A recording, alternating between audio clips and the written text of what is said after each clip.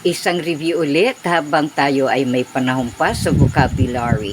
Number 1, the project was left in abeyance for the time being. Your unfamiliar word is abeyance. Your hint is was left. So the correct answer is number 1, which is suspension. Number 2, prudent is the unfamiliar word.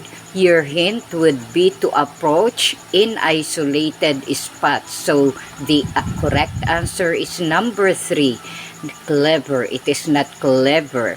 Okay, number 3, you have humdrum as your unfamiliar word. Your hint is wanting to escape from urban living. So your answer would be number 3, monotony. And number 4, your unfamiliar word is ameliorate. Your hint to find the correct answer, reform people's living standard. So your correct answer is number 4, which is boast. Number 5, bedlam is the unfamiliar word. Your hint to get the correct answer, jury, courtroom, verdict of not guilty. So the correct answer is number 1, commotion. Good luck.